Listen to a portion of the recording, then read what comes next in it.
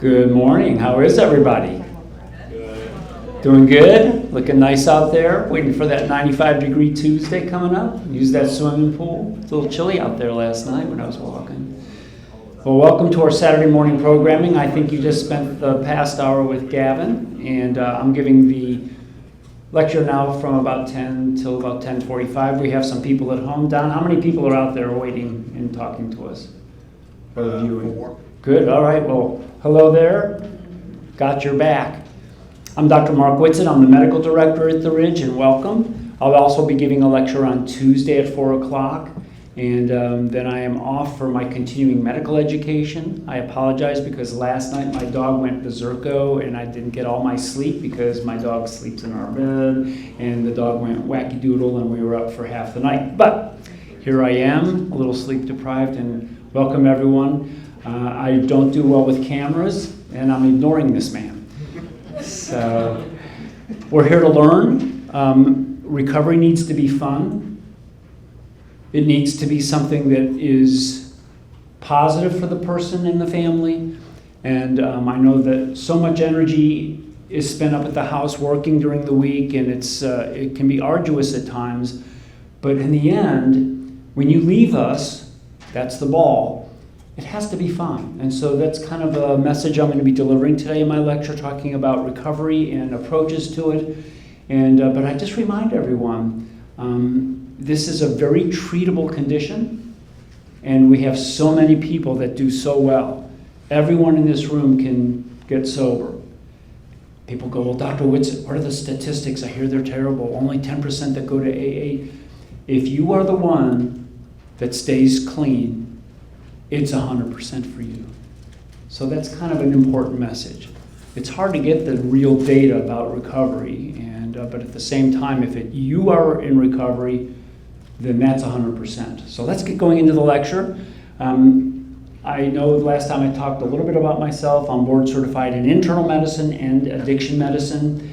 I've been doing addiction medicine since approximately 1996, which, by definition makes me very old. There we go. Second and fourth Saturdays at 10 o'clock is the physician lecture. We have Nicole Sexton and Dr. Wendy Soto. She will be our new medical director. She will be providing some lectures in the next 4 to 6 weeks as well. And I'd like to start off with some frivolity, if we will. Let's talk about that. Who is that? Gerber. It's the Gerber baby. That's right. Well, there it is, because we've had the shortage that's been going on, and if you have little ones at home, my heart breaks for you. My kids are off this stuff. They're like in their 20s. But she just passed away, our Gerber baby. She was 95, and last week, it's an amazing story because apparently up in Connecticut, a neighbor of hers went over when she was 5 months old and drew her picture and submitted it to the Gerber contest, and I think it was in 1927, and she got it. She was compensed $5,000 in the 1950s for her contribution, and it served as a down payment for her home at that time, but she did not get royalties. So anyways, very kind of a neat story. Here's a toy dart gun. Anyone old enough to remember these things? I think they're banned now. I love these things because I used to get my brother all the time. And this guy sneezed over in England, and out popped the tip of one. And it turns out, he's like, what the heck? He had no headache, no sinus congestion. It just popped out of his nose. Took a picture of it. There it is. Kind of gross looking. And he had no idea. So who do you call when you don't know? I like Ghostbusters. You call your mom. Sorry about that. Call your mom. So he called his mom and goes, Mom, this thing just came out of me, I know. She goes, oh yeah, when you were like 4 years old, we took you to the doctor, we couldn't find the thing. And he looked and didn't see anything. It had been up his nose for 40 years. So yeah, pretty weird, but he had no symptoms. No runny nose, no drainage, no sinus infections, no headaches, and there it is. So life is strange. What's the number one addictive food? Wait a minute, no, sugar's not a food. I like the answer though. Sugar's actually a drug. Sugar's a drug. Someone asked me, Lydia asked me, one of our chefs, why don't we have sugar drinks up here? People want to know. Well, first of all, we don't have sugar drinks for a good reason. When you spill it, it's sticky. tough to clean up. But really, sugar acts in the brain like a drug. It triggers similar receptors, so we really want to avoid those intense sugar loads that sugar pop gives us. But the number one addictive food, I like the sugar answer, but the number one addictive food, any other? Huh? Oh, chocolate, I like chocolate. In fact, I had some chocolate before I went to bed last night. Don't tell my wife. Anything else? Bread, carbs, like bread. Well, they've studied it, and it happens to be the number one selling thing at Super Bowl, although it's coming in a second, maybe next year. It's cheese. Cheese, highly addictive. Pizza is the number one selling thing at the Super Bowl, although the wings are catching up. In the lab, they call it dairy crack or dairy heroin. It's that potent. And there is a molecule that's associated with intake of cheese that's formed called casomorphin. And guess what it does? It tickles your heroin receptors, the mu receptor. So that's your brain on cheese, and it releases this molecule that makes it a very rewarding, provides satiety, provides you a sense of well-being. Now, you're not going to get high, but you feel good. And so there's that reinforcement reward that we see with cheese. And I love cheese. I mean, you tell me about cheese, I like the stinky cheeses, the blue cheeses and whatnot. So, holy cow, right, Dr. Whitsett? That's pretty weird stuff. What's the number two addictive drug? It is chocolate. Oh, I love chocolate. Anyone not like chocolate in the room?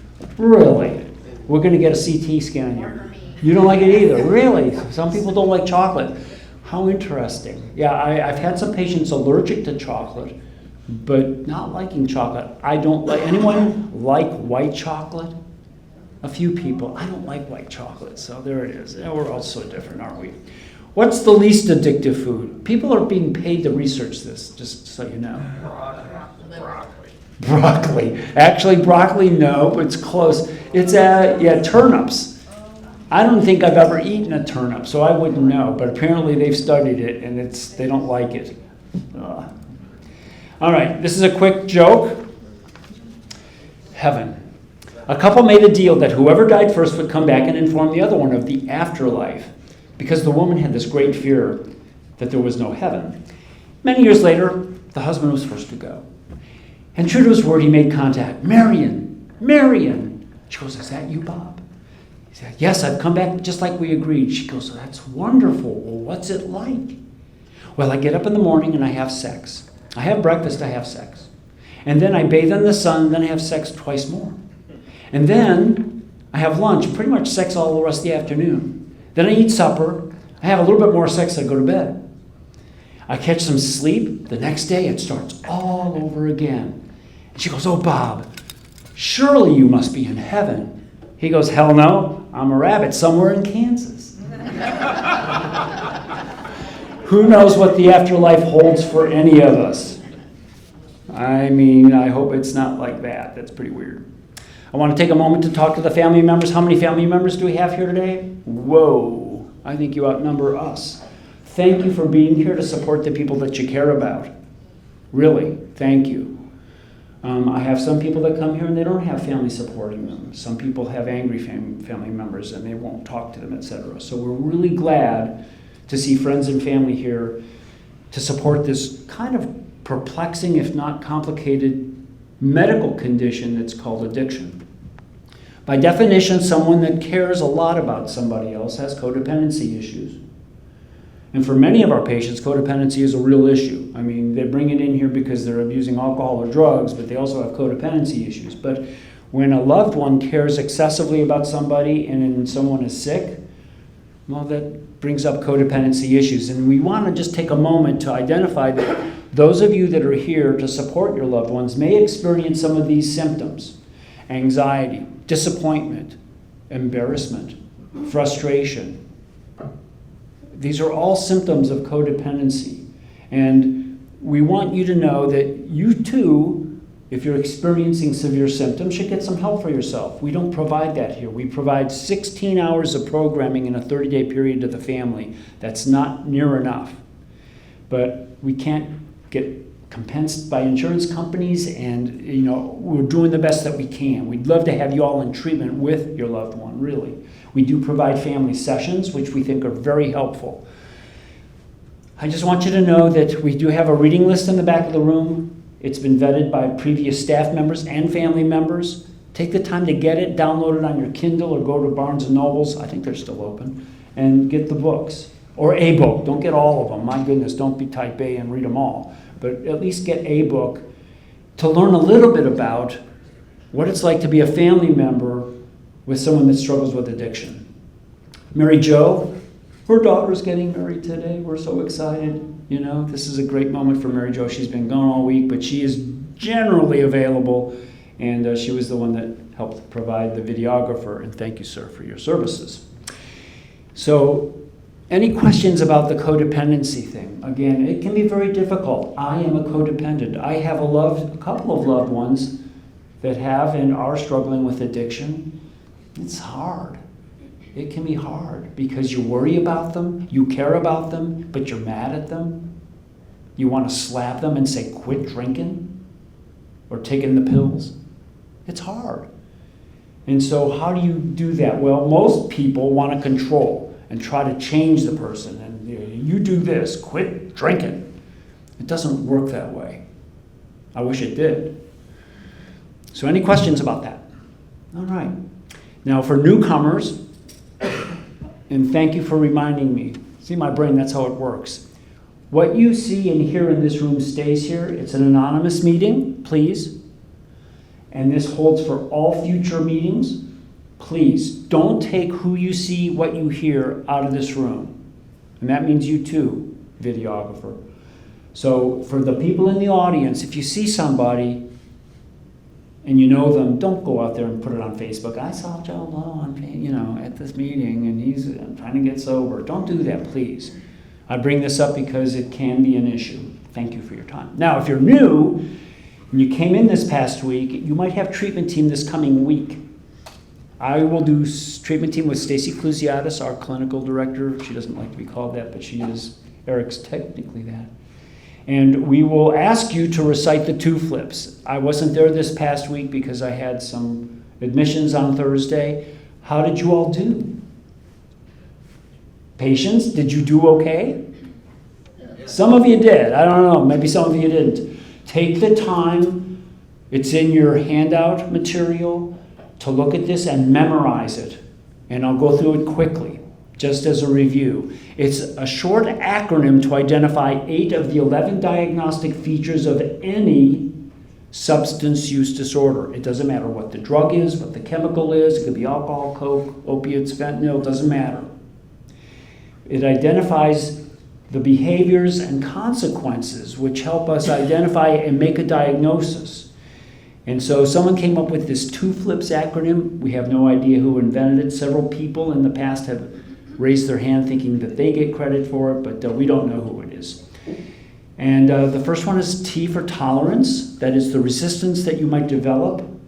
We see this particularly with opiates like fentanyl and alcohol. And the 2 most dangerous drugs to come off of in withdrawal, which is the next one, what are they? What are the 2 most dangerous drugs to come out? Josh? Alcohol and benzos. That's correct. Now, I will make an editorial comment here. Recently, some patients have died locally in jail from opiate withdrawal. So what we're seeing is this fentanyl is so strong that it's creating a very high tolerance and a very severe withdrawal. And these patients were left unattended. The corrections officers apparently were aware that they were sick and didn't get the medical attention. And one was a man in his 20s. So yeah, we have seen some opiate deaths associated with it. So I'm kind of adding opiates onto that list that it's recommended to have medical management of withdrawal. The third one is use despite negative consequences. This is the holy grail as an addictionologist. This is the one that I look to. Because who else continues to drink when they have liver disease? When they have 3 DUIs? When they have problems from their alcohol? Or who else continues to do it after they've been charged with possession of cocaine? or they've had a seizure from an overdose of cocaine, or an overdose on fentanyl and needed Narcan. Someone with addiction. That's who does that. So use despite negative consequences is really an important one. F is failed attempts to cut back or control or quit. L is loss of control. That is, you drink or use more than you anticipate. You say, I'm just going to have 2 glasses of wine, and then you're a bottle and a half into it later on. I is isolation. It's a very isolating illness to have a substance use disorder. People end up drinking alone, using alone, and they're emotionally feeling isolated. They feel guilty and shame. It's isolating. P is preoccupation. That is, they start thinking about their drug of choice a lot. And the last one is secret keeping. And as you know, that's the lies that we might have told loved ones, and I'll add to ourselves. And that's known as the river in Africa, the denial, right? Yeah. Now I need your help, and I'm going to have to segue out of this little PowerPoint program. I hope it works for me. Oh, I don't want that. Oh, I want to keep the screen going. Share screen. I'm hoping this works. But what I want to do is I need your help to tell me, what are the 10 benefits of being sober? There have to be some benefits, right? Oh, it's not going to let me do it. Well, my PowerPoint's locked down. I am blaming Bill Gates. What do y'all think? I like that. I mean, whenever it slows down, I go, it's Billy's fault. All right, let me see. I apologize. This is just the nature of the IT thing here. I'm getting better. So let's talk. I won't list it, but let's do it. Give me some benefits of being sober. What's one benefit of not drinking or doing drugs? Raise your hand. Somebody help me here. Yes, Matilda. Better health. Better health. And I'm going to say not only physical health, but emotional and spiritual health. That's really important. It's really important to recognize particularly that our spiritual health is part of the recovery program. What we are knowing about addiction research today is that recovery is frequently predicated based on social networking. The ability to find other people that share something in common with you. And so it's so important because it's such an isolating disease. Thank you. Anyone else? I saw some other hands. What else? What's another benefit of being sober? Steve? Productivity. Yeah. I mean, no matter how you cut the cake, if you're under the influence working, it's probably not a good look. You're not as productive as you should be. And a lot of people are going to work and they're really hungover. You know, do I want my mechanic smoking a joint while they put on my brakes? Probably not. You know what I mean? It's like, that's not a good thing. That's my car. Could be my life. So loss of productivity, and indeed we see the cost to that to employers. And my wife is self-employed, and she sees it when she has workers that are under the influence. What's another one? Yes? Relationships improved. Boy, isn't that the big one? That's such a big one. Because for many individuals, coming in here is because the relationships are stressed out. And not always, but frequently, when you get sober and do the right thing, y'all know what the right thing is. Because when you leave here, I'm hoping you're going to meetings, you get that sponsor, and you are working a program of recovery. And when your loved ones see that, it'll help them feel better about you, and you will have hopefully a better relationship. It doesn't always work that way, but I will tell you frequently it does. What's another one? Finances. What? Improve finances. Yeah, money.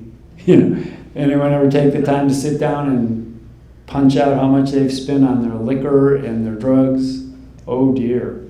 Yeah. We've got some people, if you've been drinking for 40 years, it gets it's intense. So hopefully not spending a whole lot of money on it. And I will tell you a quick anecdote, because when I was in high school, I needed help from my parents to go to college. I had a partial scholarship. I was up at Bowling Green. Someone's from that area. Who's from there? There you go, Joe. And I needed help. And I said, I need some money to go to college. We don't have any money. So I sat down, this is in 1968 or something, and I sat down and I punched out the numbers, because as you know from my lecture about cigarettes on Tuesday, Dad smoked 2 packs of Camels, Mom 2 packs of Lucky Strikes, and my mom drank heavily, took her Valium, she had addiction. And back then, they were spending over $1,000 a year. That's a lot of money back in 1968, by the way, on cigarettes and booze. And I showed it to them. I go, you guys are spending all this money on cigarettes and martinis.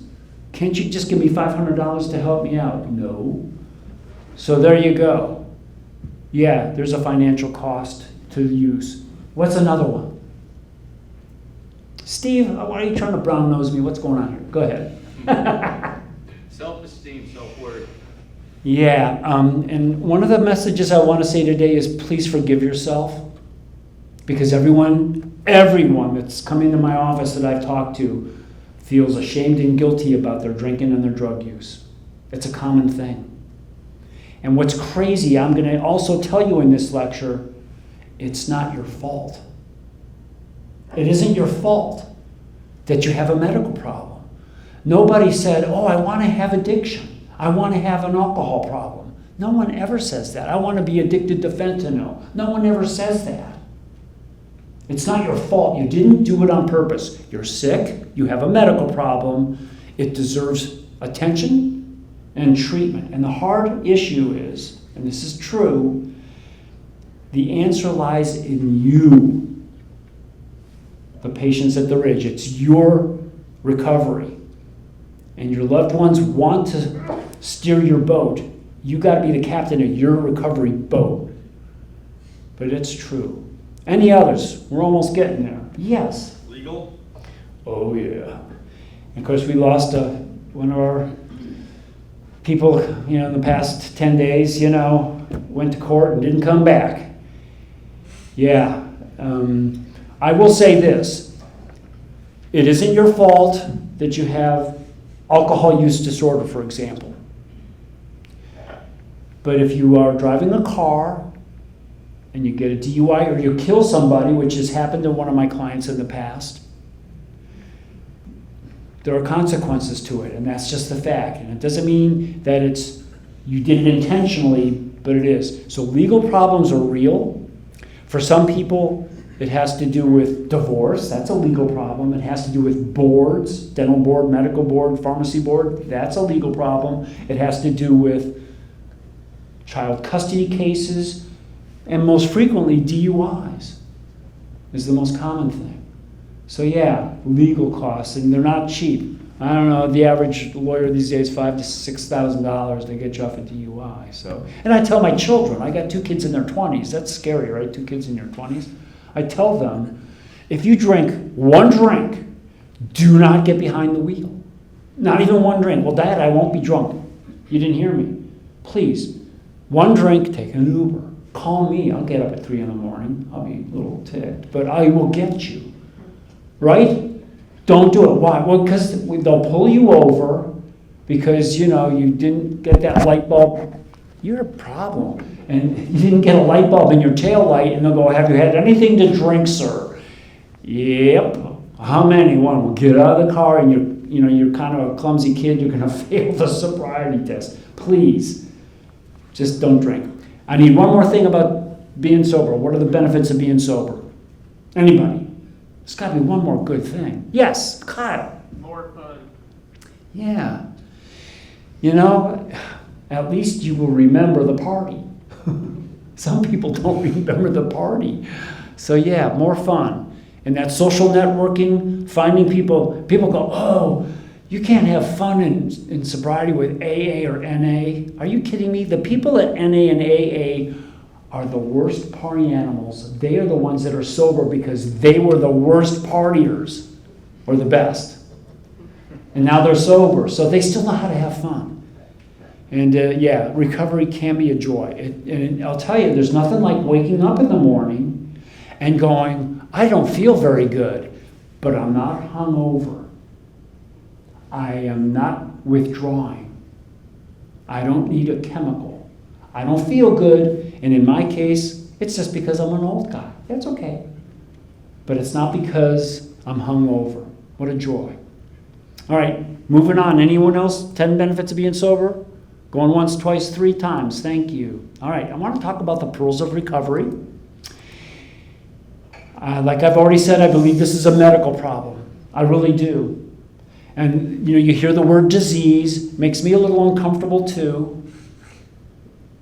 It's a medical problem. It's a brain problem. It has to do with neurotransmitters. It has to do with altered neural pathways. It happens to be spiritually based, psychologically based, and physically based. So we can get into that long argument, not today, about choice versus disease. And as I've told you before, in the end, it doesn't matter if it's a choice or not. Because what I see as a physician is I have a patient that's in front of me that is asking for help. And to judge them as to whether or not they choose to need help, well, that's not a way, they choose to be an alcoholic or an addict versus they're just weak-willed. Doesn't matter. They need my help, and that's what I do. I don't judge them. And I think so many patients are afraid to talk to their primary care doctor about it because they're afraid they're going to be judged by the doctor. And that's part of the stigma that's going on with recovery from alcohol and drugs. It's kind of a long-term thing. We're fighting to get rid of the stigma. And they've got that commercial on TV now, erase the stigma or something. There's some TV ad that's going out there talking about the stigma. And it's a good thing. It's a kind of a weird ad, but at least they're trying to get that message out there. It does have behavioral components, biological components, genetic components. It runs in families like we've talked about. And recovery is possible. We have brain scans that show that with time, the altered pathways normalize. However, it is a chronic disease. It can return to use. That's the new vernacular that we use rather than relapse. It can relapse. And I have seen patients go for 20 years without a drink. And then they say, well, I'm going to start drinking again because my kids are out of the house, and I promised my wife I'd quit drinking when she had her first baby, and my 3 kids are out of the house, and I use my left hand. And they start drinking, and within 6 months, they're here at the Ridge. It's a chronic disease, and you can stay abstinent for a long time, even in recovery. But it'll rapidly come back at you if you return to use. So there it is, genetics, exposure. You have to have exposure. This is why our young people are so vulnerable. Marijuana is now the drug that they get exposed to the most. Prior to that, it was nicotine. More kids are being exposed to THC than nicotine today in the past year, which is a change, a shift in our past surveys. Drug availability. I remember when I had my son, he was young, he was like 12 or 13, he wanted to go over to Johnny's house, and I knew about Johnny. Johnny was a little on the, maybe I didn't trust this kid. And I said, no, he can come over here to our house. He goes, well, I want to go over there. I go, yeah, but I don't think his parents are home. I just don't think you should go over there. And about 3 years later, Johnny got kicked out of the school for having drugs in his locker. So sometimes you have to, as a parent, make some hard choices with your kids. But I was so glad because I'm thinking, well, what if he had gone over there and started smoking pot, been exposed at the age of 13? Now, my kids have probably smoked pot, but early exposure is harmful. We know that. When they start smoking pot or drinking at a young age, or smoking, it is hard. It really impacts the brain. So drug availability and exposure is a big one. We know in addiction that stress is a major player. So many of you have expressed that to us in groups and with your counselors. Yes, stress is what, for many people, brings them here. Work stress, marriage stress, girlfriend, boyfriend stress, financial stress, you name it. There are so many different kinds of stresses. We live in a stressful world. And people that have experienced violence, sexual violence, have observed it. Growing up in a household where there is abuse, loud voices, yelling and screaming, verbal violence. These all play a role for many people. The brain does heal, but it heals slowly. I did work over at the Drake Hospital for several years. We saw a lot of TBIs, traumatic brain injury, and I just remind everyone, our nervous system heals slowly. It does heal, though. It can take 2 or 3 years. Please, in your first year of recovery, that's the hardest time. And statistics show that it's the first 3 months that are probably most difficult. Most return to use events occur in the first 3 to 6 months. But if you can make it a year, your chance of going into the second year is up to 75%. And if you can stay sober for 2 years, it goes up into the 80% or more, that you'll stay sober into your third year. It's the first year that's so difficult. And part of that problem is based on a protein in the brain called delta phos B. Delta phos B is known as the neuromolecular switch of addiction. And it's present in all forms of behavioral addictive behaviors such as gambling and sex and shopping. Did I say shopping to my wife? And other types, including drugs and alcohol. And this protein builds up over time as you continue to drink or do drugs. And it builds up in that part of the brain called the nucleus accumbens, right? That's the reward center that we've talked about. And in that little part of the brain, that delta phos B builds up over time. And what does that protein say? It says, please, get me that drug. Please. I'm saying please, get me that drug. It's a reinforcing protein that urges you to continue the behavior that formed it.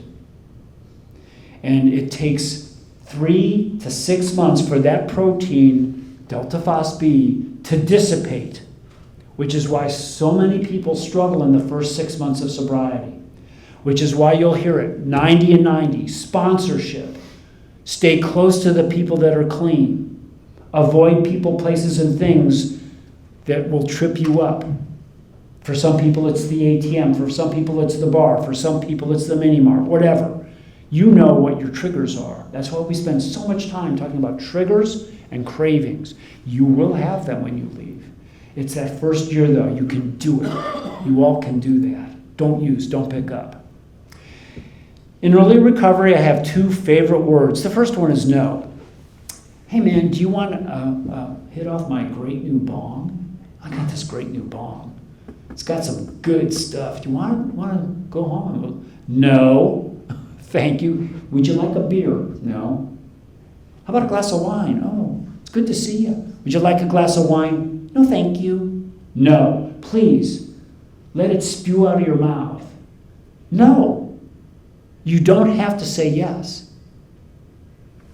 The other word I love is change. Because if you all don't change how you're living when you leave, you will likely resume the activity that got you here. So you can change. You each have the ability to make changes in your life. I know you do. Here's an individual who changed because it's now 17 years ago. He was in that judge's courtroom. He had apparently pled guilty to selling and manufacturing coke.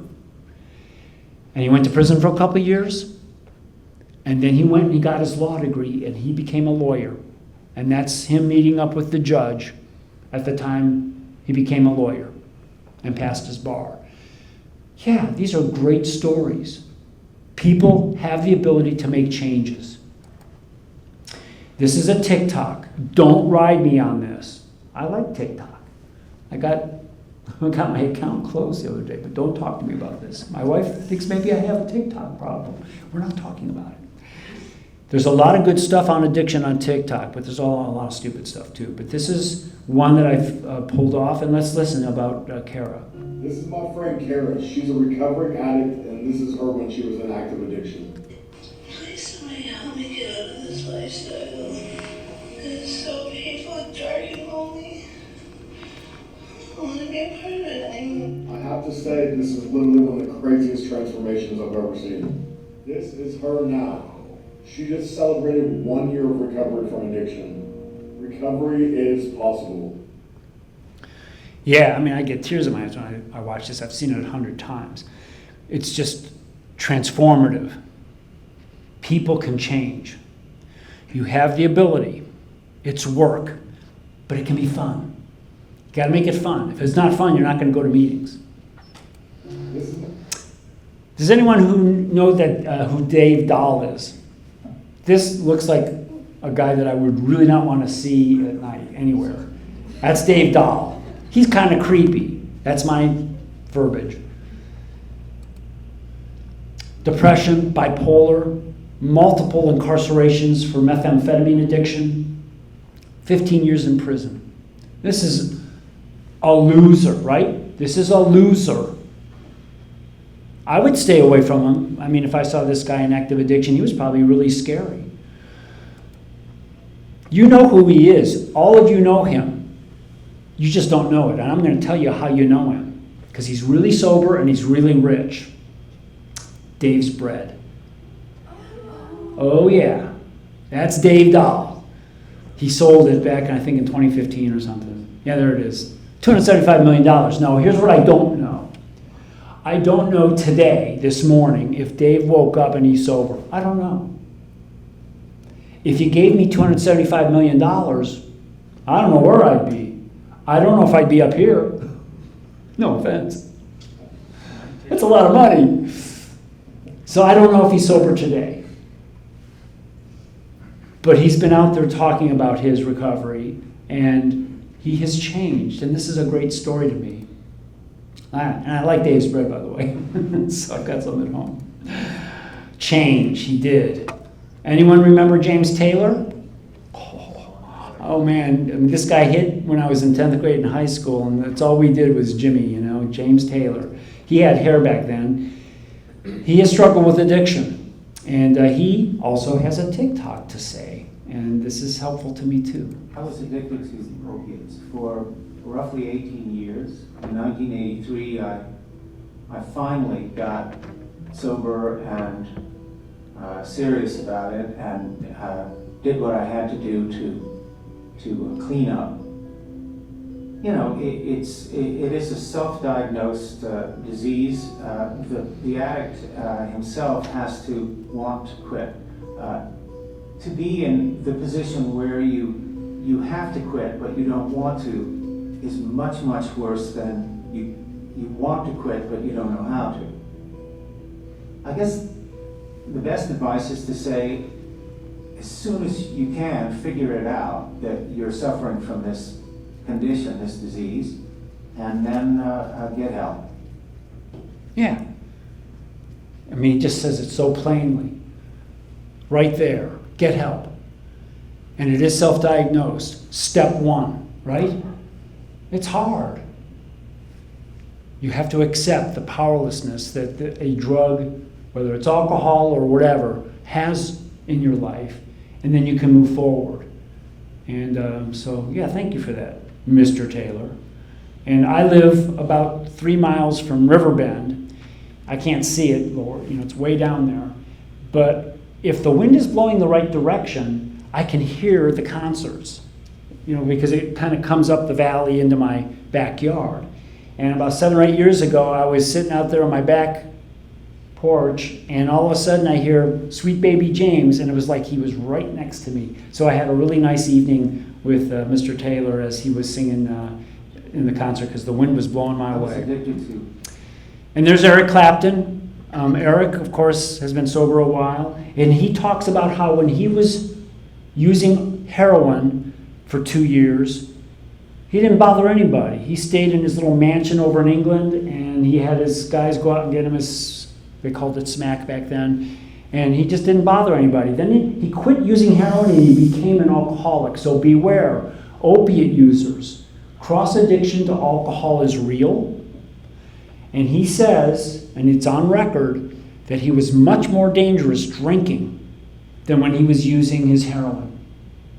Because when he was drinking, he was Jekyll Hyde. 15% of alcoholics are Jekyll Hyde. They get aggressive, mean, out of control. And that was him. And he was mean verbally, got violent, was hateful, and scary as an alcoholic. So, but he has been sober, and now he provides free assistance to struggling musicians that don't have insurance for rehab down in one of the islands down there. So let's talk a little bit about what I call some of the important facets Everyone's born with genetic cards. Look at, every family has a different backdrop. Some people are adopted and they don't know their genetic history. That's kind of rare these days. Most people find their biological family in some form. But in my family, cancer. My dad died of cancer, and my brothers had cancer. My grandpa died of cancer. So a lot of cancer, but we don't have that much coronary disease for some reason. So everyone knows that they might have genetic cards, and addiction is very common in some families. And so I just tell you, if there's addiction in your family, as there is in mine, and most families do have a trail genetically, you do the best you can. And what about our children? Does it help to talk to them? I think it does. I think it's important to watch them as they grow up, but I think it helps to at least educate them about the realities of the family history. This is a book, I think I read it in 1970 maybe, The Road Less Traveled by Scott Peck, and I remember the first sentence. It's about all I remember. Life is difficult, and I think that's an important message too, that I've tried to tell my family and my patients. Life is hard for everybody. It's not always easy peasy. I wish it was. It's not easy, and it's not always fair. I get it. It's not always fair. And you'll hear me mumbling it sometimes, especially when the Reds, get a bad play and they get called out or something, and I go, that's not fair. Yeah, it's not fair all the time. Accepting those things can be helpful, because for me, I always have a difficult time knowing, should I be angry, assertive, or let it go? And there's that serenity prayer, right? Whether or not I should let it go. It's hard. Your life is your garden. Here comes Dr. Whitsett's silly metaphor. There's your garden, right? You're going to make a garden. And I tell people, you have to tend your recovery garden. Yeah, you've got to take care of it. If you leave here and you think to yourself, I got this. I learned a lot at the Ridge. I'm just going to chill and stay away from whatever. And I'm just going to stay sober. I'm not going to do any of the things they told me to do. You're not tending your garden. We are giving you some tools of recovery. We're laying them all out for you. I don't expect you to pick up every tool. Look at all the tools for gardening. I wouldn't use all those. I don't own half of them. But please pick up some of the tools that we offer you in recovery and then use them, implement them. If you stay at home on your big fat butt, watching TV, drinking diet soda, thinking I'm just not going to drink, it ain't going to work. It just doesn't work. So please, work your garden. Active recovery is what we support. If your garden looks like that and you return to use, and we say, well, who's your sponsor? Well, I didn't get one. What meetings? I don't know. Do you have a home group? No. Have you been to any meetings? No, not lately. Did you go to aftercare or IOP? Well, for a while, but I didn't think I needed it anymore. Please, tend your garden. Don't blame my staff and me. We're doing everything that we need to do. It's on you. It's work. But it can be fun, and you can do it. Oh yeah, you were born a cucumber, right? You all know this. You're born a cucumber. And now you're a pickle. Yeah. You're a pickle. And the problem is, most pickles want to be a cucumber again. Most alcoholics want to be able to be a social drinker again. And doesn't work that way. Once you're a pickle, you're always a pickle. Now, if you think you can take a pickle and make it into a cucumber, you let me know. I've not seen it. You can't make a pickle into a cucumber. Be careful. Don't think you can go back to drinking 2 or 3. You'll escalate. Once a pickle, always a pickle. And our goal here at the Ridge is to make you a sweet pickle, I like dill pickles, but yeah, we want to make you a sweet pickle. Be careful. You're a pickle.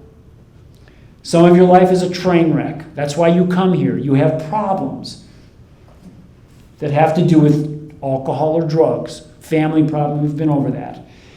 What we do here is train wreck repair. We get your train back on the tracks, repair it. It's up to you to move your train forward. We don't move your train. You have to provide the motivation, the impetus, the fuel to get your train moving. It's on you. You can do that. Stonebreaker told this to me. He's part-time now. I don't know if you all see him very much. When I first came here, he says, Doc, if you're not moving forward with your recovery, it's pulling you backwards. And I like that. I've remembered it. Watch out for complacency. I've got this. I got it. This is easy. Just not going to drink.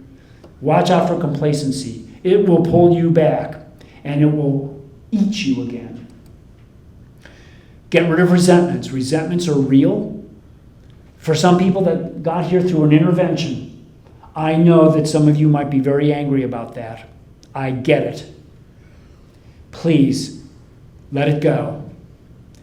Anyone that has got a resentments for an intervention, realize and remember the loved ones that asked you to come here or forced you to come here did so because they love you, and that's grace. That's wonderful. But watch out. Whatever your resentments are, be careful of them. They can keep you sick. Look for gratitude in your recovery. I know when I was in the treatment team about 10 days ago, there were a couple of people that really expressed great gratitude, and I go, that's what I want to hear. Gratitude is so important. If you're not grateful for things, you're going to stay sour, and it can be really a bad thing for your recovery. Find gratitude, and use that serenity prayer. I use it all the time, because I got some wacky neighbors, and I'm all, I gotta say it, Give me the wisdom, Use that serenity prayer. Pull it out. So those are my heroes. They have one thing in common with you. Recovery is a day at a time. They're just like you. Now, they're a little different than you because they have a lot of money. But, you all might have some money, but I don't have the kind of money they got. But it is important to replace activities of addiction, the drinking and the drugs, the purchasing, the buying, the thinking. It's all time consuming. You've got to find other activities to replace it. And so these are some of the ancillary activities that I at least will throw out to you real quick. Make sure to stay with structure and sleep. Keep a schedule. Meditation and mindfulness can be very helpful. Hypnosis. Thank you to Steve's brother for bringing that up last week. Nutrition, yoga, exercise, acupuncture, pet therapy, art-based therapy. Going to quickly go through it. Stay on a schedule. Remember, people live longer that go to bed between what hours? What hours do people live longest? They've studied it. 10 and 11. Around 10. 10 to 11. Yeah, 10 to 11. Not before 10 and not after 11. Those people die younger too. I don't do these studies, but this is what the results are saying. Get structure. Have a plan for where you're going to go and what you're going to do every day. I love meditation. You can meditate in the bathroom. It takes 2 minutes to quiet your mind. It doesn't have to be a formal, get out the incense, get the bell. I'm going to sit and for half an hour do the, or whatever the mantra is today. You can do it in the bathroom. I do it in my office before I come in here. I just take a moment and I go, take the time to be thoughtful. Hypnosis, we talked about that. It's not approved for addiction, but can be very helpful. I have found it most helpful for nicotine addiction, but that's very limited experience. And it can be part of a recovery plan. Good nutrition. Can't overemphasize this. It's so hard. I love food. I know when I die, there's a buffet table with my name on it. I'm excited because I don't have to worry about my cholesterol anymore, and I won't get fat. Thank you. So, but look at, you want to have good nutrition. One of the things that has been shown is sitting down and eating as a family with your kids has been shown to reduce the onset of early experimentation and use of drugs in kids. So it's a big deal to sit down and turn off the cell phones. These horrible things. The good news is for you all, I do have it on silence.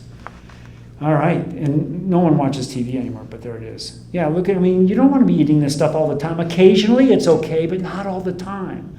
And look at this. This is not a good look. Who wants to look like that? Making a buck, but really? It's not a good way to live. I love the Mediterranean diet, except it does cause a lot of gas from legumes. And so get that Beano out, otherwise the loved one will kick you out of the bedroom at night. There's the yoga thing. I found yoga very hard. I did it for several years, and now if I tried to do it, I think I would probably, like a pretzel, snap. But yoga can be very helpful. Some people believe that it is a way to recovery. I haven't seen that here locally, but again, I don't live in California. I love exercise. Exercise by far is one of the things that will elevate all of the positive neurotransmitters and our hormones, and it doesn't cost you anything. You do not have to join a gym. You can do exercise by walking, by moving, by parking away from the store, walking the stairs if it's one flight of stairs instead of 6. If you belong to a gym, have at it. But exercise is generally cheap, and it really helps elevate endorphins and kephalins and all of the good things that make us feel good, helps us with our dopamine levels and our serotonin. Avoid over-exercising. I don't want people to end up in the orthopedics office, because when they end up there, they get Percocet, and that's not a good thing either. There are some non-traditional treatments. Acupuncture. We have an acupuncturist coming in, and I have a family member that does acupuncture. She's a weightlifter, and she really finds this helpful for her. We love pet therapy. That's Rosie the pig. Rosie the pig was up at the house. She was this tiny little potbelly pig, and she was so cute. This is her in my office at one time, and we had her go up there, and after a while, we had to take Rosie away from the house. Does anyone know why we took Rosie away from the house? That's right, the chef was looking at her because she was getting big. So Rosie's gone. We would love to have a pet mascot up there with a dog, but people have allergies, and no one likes cats that much that we could have a cat up there. I have a cat. I like cats, but you know how it is. Some people don't like them. And I have allergies to cats. I love art therapy and coloring. If you enjoy that kind of thing. My dad was a professional artist. I can do stick figures. We can do that later. And these are some of the hobbies that maybe some people, I have neighbors that are beekeepers. I enjoy astronomy. Find what you like to do, but do it. When you come in to see me, what are your hobbies? TV and drinking. Really? So find what you enjoy and do it. Don't talk about doing it. Do it. Movement. A couple of investigational things. I'll just touch on these briefly. They're not really mainstream right now. Transcranial magnetic stimulation. They do this at Lindner Center. There's a few offices that are now offering this. It's not approved for addiction. It's being studied at NIH. It's being used for major depressive disorder. Deep brain stimulation. Michael J. Fox with his Parkinson's disease. I think he's having a rough time lately. I saw a headline about 3 weeks ago saying he's really struggling. It's an invasive procedure. There are big risks. Bleeds, infections, so it's not probably going to be mainstay. What about brain surgery? We did psychosurgery way long ago with frontal lobotomies. Horrendous outcomes, obviously. They did these back in the 40s and 50s. And today we know that in China they are doing surgery on that part of the brain known as the reward area, the nucleus accumbens. And this is the part of the brain that has to do with positive reinforcement and movement towards a goal, and to deal with addiction. Someone thinks about drinking and it motivates them to go and get a drink. So this is a very important area that has been studied. In 2003, they did their first brain surgeries in China. 50% had some neurological deficits. They did another study in 2014 where they did ablation therapy rather than cutting open the calvarium. And they had some good outcome. 50% of patients after 5 years were still sober. So that's a pretty good rate. But there were still some side effects, and I don't think anyone in the United States is going to be doing brain surgery anytime soon. I don't recommend it. Please don't fly to China and volunteer your brain for them to monkey with you. That might be down the road, but right now, I recommend changes in your life, like we've talked about. Oh, that's an important slide. I want to see that. 12-step recovery. I love 12-step recovery, AA and NA. There's Celebrate Recovery, Smart Recovery. There's Reformers Unanimous, CA, Cocaine Anonymous. There's not many meetings here. Buddhist Recovery Network. There's a big facility in Louisville. Refuge Recovery. So, again, find an organization and group of people that know who you are, that can support you in your early recovery particularly. We are here at the Ridge to treat with compassion. We want to set boundaries. We have a lot of rules. Some of them are stupid rules. Dr. Whitsett, why do you have stupid rules? Because people do stupid stuff up there. And so we have to make up another rule. I apologize for that. When I first came here, our rule book was very thin, and today it's like this, it's big.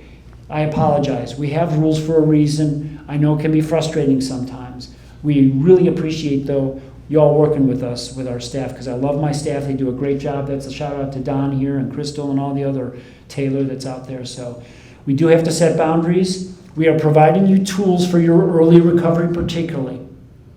Please take advantage of it. It's a limited time you're with us. It goes very fast. From the moment you step in, it's about going home. It's about going home. We want you to go home, and we want you to learn how to live life without using alcohol and or drugs. It's hard, but it can be fun. And at the end of the day, it can be very rewarding. We want you to grow. Remember that magic word change, also the word no. Change is the game, no shame. I don't like shame. You're a pickle. Always a pickle. You're not a cucumber, right? And that's my dog when I gave this lecture. That's Rudy. He's awful cute. He's got the Paul McCartney look going on. Isn't that Paul McCartney? I think he looks like Paul McCartney. My wife goes, he doesn't look like Paul McCartney. He kind of looks like Paul McCartney. Any questions? Thank you so much for your time and attention. I went over by a minute or so. And if there are questions, I'm available after the lecture. And thank you so much. Thank you to our videographer. And to the people at home, thank you for listening. You all have a good day. Thank you.